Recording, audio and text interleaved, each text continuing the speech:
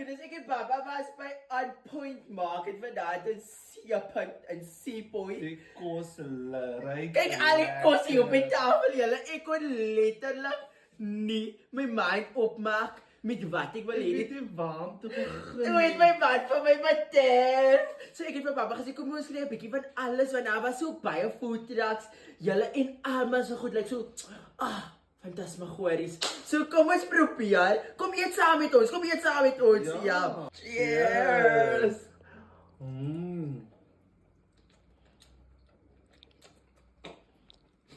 Nou die pizza het ons gekoop by Zaza's Concept by die market.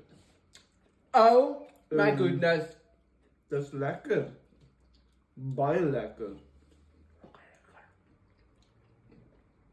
Guys, nou ribs, burgers, alles is by die food truck by On Point Market.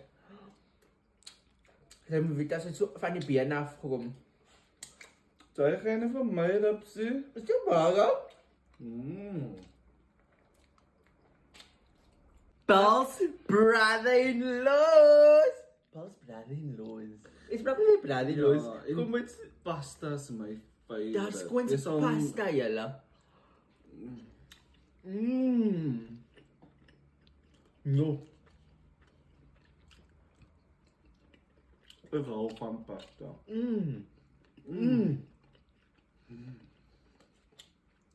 Paul's brother-in-law. Julle, ek weet nie wat die as jy maar dit lyk lekker en ons het die georder. As dit net so sushi. Dit lyk so sushi.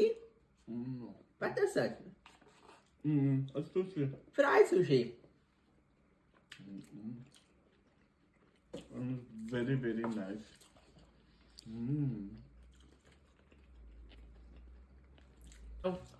Guys, even in the subsidies they buy On Point Market. Oh my goodness, our taco's my favorite. One of my favorites. There's so many favorites. Prawn taco.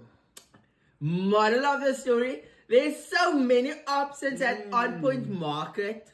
Food options, activities.